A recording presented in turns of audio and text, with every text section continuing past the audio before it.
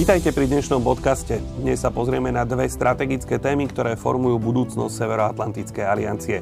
Prvou je proces rozširovania NATO, jeho význam, dopad a aktuálne výzvy. Druhou je zvyšujúca sa spolupráca s pacifickým regiónom, najmä v súvislosti so vzrastajúcim globálnym vplyvom Číny a ďalších hráčov. Ak vás zaujíma, ako sa NATO pripravuje na nové geopolitické výzvy a aké má plány v oblasti globálnej bezpečnosti, tak ste na správnom mieste. Moje meno je Marek Bezák a počúvate podcast NATO Army.sk. Rozširovanie NATO je jedným z najdiskutovanejších aspektov jeho existencie. Od svojho vzniku v roku 1949 sa aliancia postupne rozšírila z 12 zakladajúcich krajín na súčasných 32 členov, pričom najnovším členom sa stalo Fínsko v roku 2023 a Švédsko v roku 2024. Rozširovanie NATO má tri hlavné ciele: zabezpečenie stability v euroatlantickom regióne, ochrana demokratických hodnôt a právneho štátu a posilnenie kolektívnej obrany. Pripomeňme si, že najdiskutovanejší článok 5, ktorý má hovoriť o tom, že ostatné krajiny môžu zasiahnuť v prospech iného člena aliancie, bol za históriu NATO aktivovaný zatiaľ jeden jediný krát, a to bolo, keď USA bolo napadnuté 11. septembra 2001. Vstup nových krajín však nie je bezproblémový. Proces zahŕňa splnenie politických a vojenských kritérií, ktoré zabezpečujú pripravenosť nového člena na kolektívnu obranu a samozrejme konsenzus všetkých členských krajín, čo môže byť niekedy zložité, ako ukazuje príklad práve spomínaného Švédska, ktoré vstúpilo ako posledná krajina do NATO. Dôležité je tiež zvážiť reakciu Ruska, ktoré rozširovanie NATO dlhodobo vníma ako ohrozenie svojich strategických záujmov a dnes uvádza rozširovanie NATO ako jeden z dôvodov svojej invázie na Ukrajinu. Aké však má rozširovanie NATO praktický význam? Noví členovia prinášajú do aliancie rôzne geostrategické výhody. Napríklad vstup Fínska rozšíril obranu NATO na viac ako 1300 km dlhú hranicu s Ruskom.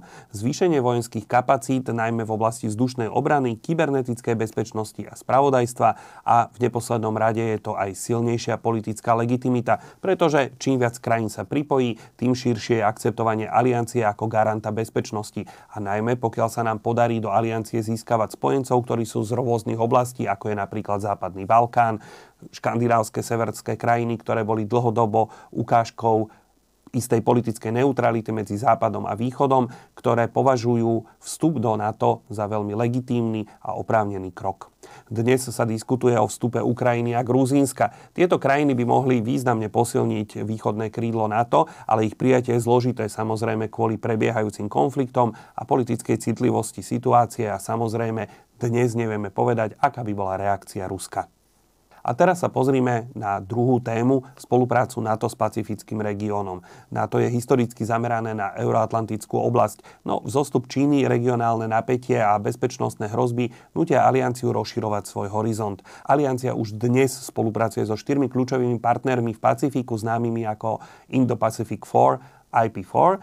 Je to Austrália, Nový Zéland, Japonsko a Južná Kórea. Táto spolupráca zahŕňa výmenu spravodajských informácií, spoločné cvičenia zamerané na kybernetickú bezpečnosť a ochranu námorných trác, ale aj koordináciu pri riešení kríz, ako sú prírodné katastrofy alebo regionálne konflikty.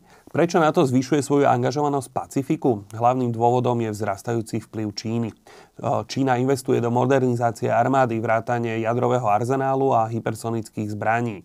Čína buduje umelé ostrovy v Juhočínskom mori, čím ohrozuje slobodu plavby a medzinárodné právo. Rozširuje taktiež svoj ekonomický a politický vplyv prostredníctvom iniciatívy Pás a cesta.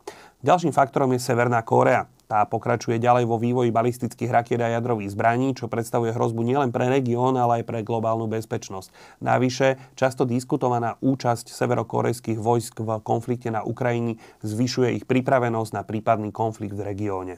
Čo môžeme očakávať od spolupráce NATO s pacifickým regiónom v budúcnosti?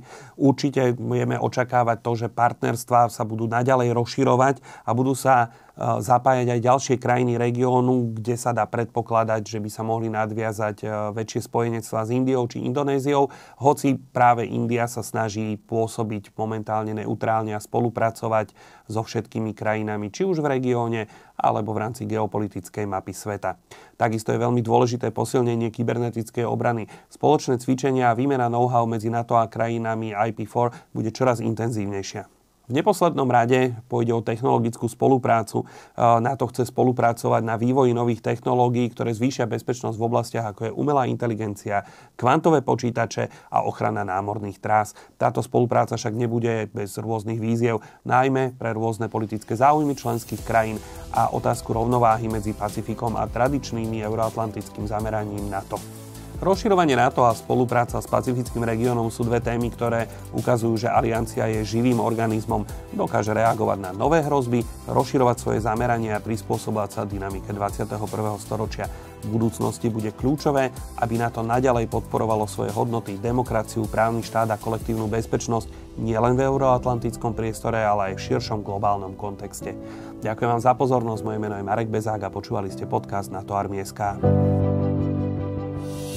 Realizované s finančnou podporou Ministerstva obrany Slovenskej republiky v rámci dotačného programu. Za obsah tejto relácie je výlučne zodpovedné občianske združenie Spoločný záujem.